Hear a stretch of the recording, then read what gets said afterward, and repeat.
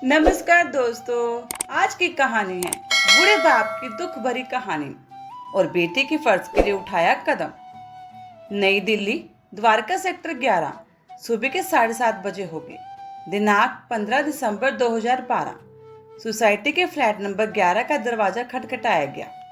एक बार, दो बार और फिर तीसरी बार। ऐसा लग रहा था बड़े संकोच के साथ दरवाजा नॉक किया जा रहा था। दरवाजा खुला। दरवाजा खोलने वाला एक रोबीला नौजवान, गड़ीला शरीर, रंग गोरा, मगर आंखें सुर्ख लाल। शायद रात में ज्यादा हो गई होगी। दरवाजा खोलने वाला था जाट भाई, महावीर सांगवान। दरवाजे पर दस्तक देने वाला था एक बुजुर्ग, छोटा कद, कंधे झुके हुए, पजामा कमीज और एक शॉल उड़ी हुई था जो बीच में से थोड़ी फटी हुई थी। कामता शिर बता रहा था कि उसकी फटी शॉल से जो हवा पास हो रही है वो उसके बर्दाश्त के बाहर है। उसका नाम था रामदीन, जो वाकई दीन अवस्था में लग रहा था। रामदीन, नमस्ते साहब। जाट भाई अपनी लाल सुर्ख आंखें मलता हुआ बोले, भाई रामदीन, आपसे एक काम था। मेरे लिए बड़ा है मगर आपके लिए छोटा है। जाट भाई, बावला है के? सुबह नींद खराब कर गई। जल्दी बोल वरना बाद में आयो। रामदीन बोला, कामते हाथों को जोड़कर बोला, थोड़ा समय दे दे। बड़ा भटक के आपके दरवाजे पर आने की हिम्मत जुटा पाया हूँ। जाट भाई बोला, ठीक, भीतर आ जा, मगर कम से कम में ज्यादा बोलियो। रामदीन, कैसे और क्या बोलूं साहब, बहुत मजबूरी हूँ और मजबूरी ना मानी, वही खींच लाई। जाट भाई के कानों में मजबूर और मजबूरी शब्द सुनकर ऐसा लगा जैसे जाट भाई के कानों में चाशनी से घुल गई हो। जाट भाई अपने को फ्रेश करने के लिए वॉशरूम चला गया। आधे घंटे बाद वापस आया। रामदीन वही ठंडे जमीन पर वैसे ही बैठा हुआ था। जाट भाई को देखते ही जमीन पर दोनों हाथों का सहारा लेकर उठने की कोशिश करने लगा। जाट भाई, बैठे रह, बैठे रह। अब बताओ भाई, भाई की मजबूरी आ गई है तेने। रामदीन, कैसे बताऊं साहब, समझ नहीं आ रहा। जाट भाई, फिर चलता बन। रामदीन, जैसे चेहरे की हवाएं उड़ गई हो। नहीं साहब, बड़ी उम्मीद से आया हूँ, ऐसे मत निकालिए। जाट भाई, तेरे से मैंने कहा था कम में ज्यादा बोले हो, किसी और भाषा में समझाओ के। रामदीन, साहब मेरी बेटी की शादी है। बोलते हुए रामदीन की जुबान सूख गई। जाट भाई, फिर क्या करूं? रोकड़ा चाहिए के? रामदीन की गर्दन झुक गई और आंखें डबडबा आई। जाट भाई ने बाजू में रखा अखबार उठाया, जो कि पुराना था, और मखमली रजाई ओढ़कर पढ़ना के देखना शुरू कर दिया। जैसे रामदीन के आगे कुछ बोलने का टाइम दे रहा हो। रामदीन, जी साहब, पैसों की जरूरत है। जवान लड़की जो शादी की उम्र के पास हो और गरीब बाप की मजबूरी एक समान होती है। साहब, जाट भाई, तू करता क्या है? रामदीन, कौन साहब? रामदीन की आंखें बड़ी हो गई। उम्मीदों से की बातें आगे बढ़ रही है। जाट भाई, तू और कौन? मैं क्या करे हूँ? तू? रामदीन, साहब रिटायर हो गया हूँ 4 साल पहले। जाट भाई, ले, आम निकला वो भी पिलपला। रामदीन, साहब मतलब एक एक पैसा चुका दूंगा साहब, ब्याज भी दूंगा समय से। जाट भाई, अभी तो मैंने पैसों की बात भी ना की। तू ये बता, थारे छोरी ही है या छोरा भी है कोई? रामदीन, साहब है ना, एक बेटा भी है, 10वीं में है। जाट भाई, घर जमीन खेत कुछ है कि बस मजबूरी ही? रामदीन, साहब घर है पर दीवारें अभी नहीं हैं। जमीन पर बैठे बैठे रामदीन के हाथ पैर कांप रहे थे। जाट भाई, समझा, घर किराए का है। जवान छोरी, छोरा मेरे तो किसी काम का ना। भाई, काम ना हो पाएगा, तू चलता बन। रामदीन, साहब एक स्कूटर है, वो रख लीजिए, मैं पैदल चला जाऊंगा। जाट भाई, कित रहता है? रामदीन, साहब गांव राघोपुर, नागलोई के आगे। जाट भाई, रघुवीर सिंह प्रधान है ना गांव का, उसे ले ले। जाट खड़ा हुआ और खिड़की से स्कूटर की शक्ल देखी। DHA 687। कबाड़ के स्कूटर देकर पैसे मांग रहा है क्या? जाट को पलंग से खड़ा होते देख रामदीन घबरा गया। कि कहीं जाट धक्का देकर बाहर ना कर दे।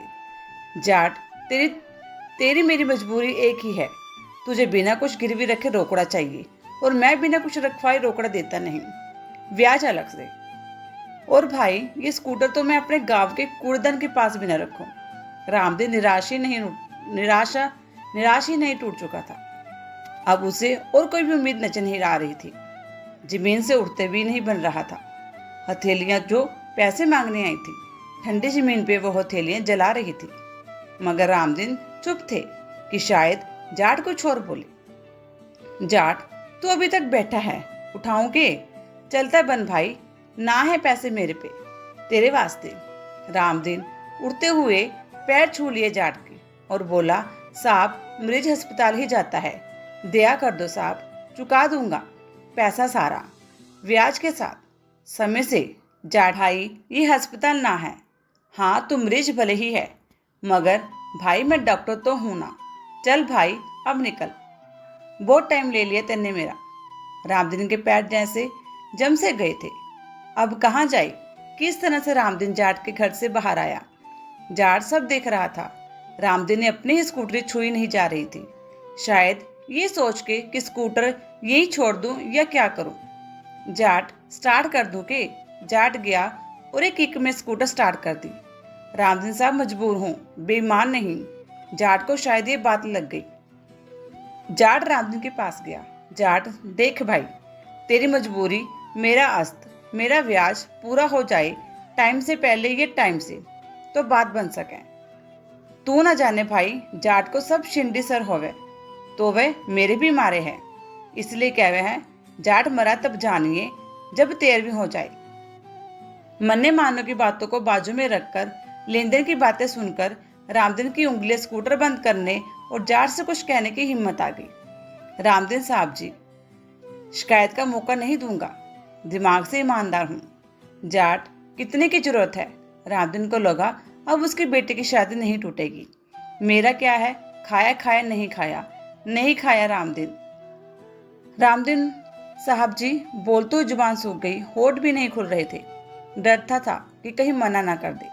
रामदीन ने जेब से एक पर्ची और पेन निकाला, कांपते हुए हाथों से 75,000 ब्याज अलग लिख के जाट की तरफ बढ़ गया।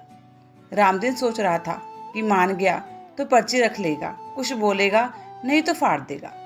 रामदीन की आंखें जाट के हाथों पर थी और उसके चेहरे को पढ़ने की कोशिश कर रही थी। जाट हल्का सा मुस्कुराया। पैसे तो तन्ने ईमानदारी के लिखे, पर एक बात ध्यान रखियो, जाट मरे को भी मारता है। तो भी सोच ले, मैं भी सोचता हूँ। घर पर ही हूँ आज मैं, अभी 9:15 है, 2 बजे तक अपना पहचान पत्र लेकर आ जाइयो, फिर देखते हैं। रामदीन, अभी ले आऊं साहब? बड़ी उत्सुकता से रामदीन ने पूछा। जाट, खुजली है क्या तेरे? बोलना ना, 2 बजे तो 2 बजे। रामदीन, मिलेंगे तो ना साहब? जाट, छोटा सा जवाब देकर जाट अपने घर की तरफ मुड़ गया। रामदीन थोड़े बुझे मन से अपने घर की तरफ स्कूटर से चल दिया। गहरी सोच में डूबा रामदीन को पता ही नहीं चला कि कब वो घर के दरवाजे पर सामने पहुंच गया था। पूरे रास्ते उसको सिर्फ 75,000 रुपए और अपनी बच्ची सोना की शादी और जाट भाई दिन के 2 बजे मिलेगा या नहीं, मिल भी गया तो क्या होगा, यही सोचने में रास्ता छोटा पड़ गया। घर पहुंचकर भी उसने किसी से कोई बात नहीं की, सिर्फ अपनी बेटी सोना के सर पर हाथ फेरा, पहचान पत्र निकाला और चुपचाप लेट गया। 1:30 बजे दिन में रामदीन सोसाइटी के पास था। गार्ड रूम जो सोसाइटी के गेट पर था। रामदीन वहां गया और गार्ड से महावीर सांगवान के घर का नंबर पूछा, सिर्फ इसलिए कि जाट भाई घर पर है या नहीं। पता चला कि वो घर में ही है। रामदीन ने दंड में ठंडी राहत सांस ली, मगर अगले ही पल उसे लगा कि इतना सारा रुपया और उसके घर पर होगा कि नहीं। रामदीन से रहा नहीं गया और वो 1:45 पर जाट भाई के घर के सामने था और दरवाजा खटखटा दिया। दरवाजा जाट भाई ने ही खोला। जाट, खुजली तो है तेरे, मैंने कहा था 2 बजे मतलब 2 बजे। रामदीन, नाराज ना हो साहब, ये खुजली मेरे जीवन की सबसे बड़ी मजबूरी बन खड़ी है। जाट, पहचान पत्र? रामदीन के हाथों की फुर्ती देखकर कोई भी उसकी लाचारी का अंदाजा लगा सकता था। जाट, 75,000 कभी देखे हैं इकट्ठे? रामदीन बोला तो कुछ नहीं, बस हल्का सा मुस्कुराया। उसके मुस्कुराने में मासूमियत तो थी, मगर बेचारगी भी शामिल थी। जाट भी समझ गया था। जाट के ब्याज के 7500 रुपया हर महीने की 10 तारीख तक मेरे बिना याद दिलाए आ जाने चाहिए, वरना अगले दिन 15,000 रुपया देना होगा। रामदीन 15,000 सुन के घबरा सा गया और हल्का सा पसीना उसके चेहरे पर था। रामदीन जी साहब, जाट जी क्या 75,000, 7500 या 15,000? रामदीन नहीं साहब, 7500। जाट ने कुछ स्टैम्प पेपर्स का बंच निकाला और रामदीन ने हर पन्ने पर साइन करने को कहा। पेपर्स इंग्लिश में टाइप थे। रामदीन साहब, इतनी अंग्रेजी नहीं आती। जाट, तो जा पहले अंग्रेजी सीख ले, पैसे वैसे भूल जा, जा निकल जा यहाँ से। रामदीन, भरोसा है साहब आपके ऊपर, मन में रामदीन ने कहा। रामदीन, तूने अपनी जिंदगी गिरवी रख दी, मगर तेरी बच्ची सोना आजाद हो जाएगी। इतना सोचते ही रामदीन ने सारे पेपर पर आंख बंद करके साइन कर दिए। जाट पेपर चेक करने के बाद, ये ले पकड़ पैसे, 1,000 के 75 नोट, एकदम कड़े, नए और कड़क। जाट, कितना टाइम लगेगा गिनने में? रामदीन, नहीं साहब, गिनना नहीं। रामदीन के हाथों में कंपन, जुबान सूखी और आंखें फैली हुई थी, मगर माथे पर शिकन नहीं थी, क्योंकि उसकी बच्ची सोना की जिंदगी, उसकी शादी का सपना पूरा होता दिख रहा था। जाट, ध्यान रहे, ब्याज पर हर महीने की 10 तारीख को 7500 रुपया या 15,000, 11 तारीख को, बिना याद दिलाता। रामदीन जी साहब हाथ जोड़कर नमस्ते की और अपने घर जाने को पूछा। जाट, तो अब क्या तू दिन का भी खाना खा के जाएगा? रामदीन, नहीं साहब, बस ऐसा लग रहा है कि मैं अपनी बच्ची के पास पहुंच जाऊं और उसके सपने कामते हाथों से नहीं, बल्कि मजबूत हाथों से सजाऊं। साहब, आप आएंगे शादी में? जाट, भाई तू जा, बस बाज का ध्यान रखियो। रामदीन ने नमस्ते की और अपने घर की ओर चल पड़ा। आज रामदीन को ऐसा लग रहा था कि वाकई धरती से ऊपर है। वो रामदीन के चेहरे पर सुकून के साथ कई मिलजुले भाव आ रहे थे, कुछ खुशी के, कुछ चिंता के, और कुछ वो जल्दी में भी था। शायद क्योंकि उधार के रुपए उसकी कमीज की फटी जेब में थे। रास्ते में उसे एक चाय की टपरी दिखी। रामदीन का मन ठंड में कूलर की चाय पीने का कर गया। उसे रुपए का ध्यान तो आया, मगर फिर भी वो चाय पीने रुक गया कि एक दो चुस्के चाय की ले लो। चाय पीते हुए भी वो लगातार कभी जाट भाई, कभी अपनी पत्नी और बच्चों के बारे में ही सोचता रहा और मन ही मन कहता रहा, ऊपर जाने के बाद ऊपर वाले से जरूर पूछूंगा कि मुझे गरीब, लाचार, बेबस क्यों बनाया, ऐसा बना के नीचे क्यों भेजा कि मैं अपने परिवार की जरूरतें एक भी पूरी करने में सोच में पड़ जाता हूँ, कोसा रहता हूँ बस अपने आप को। ऊपर वाले से पूरा हिसाब मांगूंगा। पिछले जन्म में ऐसा क्या किया था मैंने कि मुझे दिनहीन बना दिया। ये सब सोचते हुए अचानक उसका हाथ कमीज की जेब की तरफ गया, रुपए चेक करने के लिए। रुपए सही सलामत है, जेब भारी है। जेब भारी हो नोटों से तो अक्सर इंसान फीललेस फील करता है। खैर, चाय पीते पीते रामदीन को हल्का सा पसीना लगा चेहरे पर। उसने रुमाल निकाला, मुंह पोंछा और चाय के पैसे दिए और द्वारका सेक्टर 12 से अपने घर की तरफ चल दिया। घर पर पत्नी के दरवाजा खोलते ही रामदीन की खुशी और बेबसी छलक पड़ी। पत्नी सुमित्रा, अपने पति को पहली बार रोते देखकर वो रह न सकी और बोली, रामदीन का हाथ अपने हाथों में लेकर, घबराते क्यों हो, दुखी मत हो, मैं हूं ना तुम्हारे साथ, सब ठीक हो जाएगा। रामदीन को लगा उसके 2 नहीं 4 हाथ हो गए हैं। रामदीन ने अपनी पत्नी सुमित्रा के कंधों पर हाथ रखकर, जैसे रामदीन को सुमित्रा के कंधों की जरूरत है, और इंग्लिश में कहावत भी है, I want your shoulder to weep, घर के अंदर चल पड़ा। मानो कदम ताल सब साथ हैं, मगर जो घटित होने वाला था शायद वो रामदीन की सोच से परे था। जैसे ही उसने अपना बक्सा खोला रुपए रखने के लिए, संभाल के, उसे जेब हल्की लगी। बेचैनी में रामदीन ने अपनी शॉल उतार के फेंकी और पाया कि वो रुपए जो वो अपनी बच्ची सोना की शादी के लिए जाट भाई महावीर सांगवान से चक्रवर्ती ब्याज पर लाया था, वो जेब खाली, हथेली खाली। रामदीन का दिमाग सुन्न हो गया। हेलो दोस्तों, आपको ये कहानी कैसी लगी? अगर अच्छी लगी तो लाइक और कमेंट जरूर करना, और कहानी का अगला पार्ट कल के लिए कमेंट जरूर करना। आपको जरूर अगला पार्ट मिलेगा और बहुत इंटरेस्टिंग पार्ट है, थैंक यू।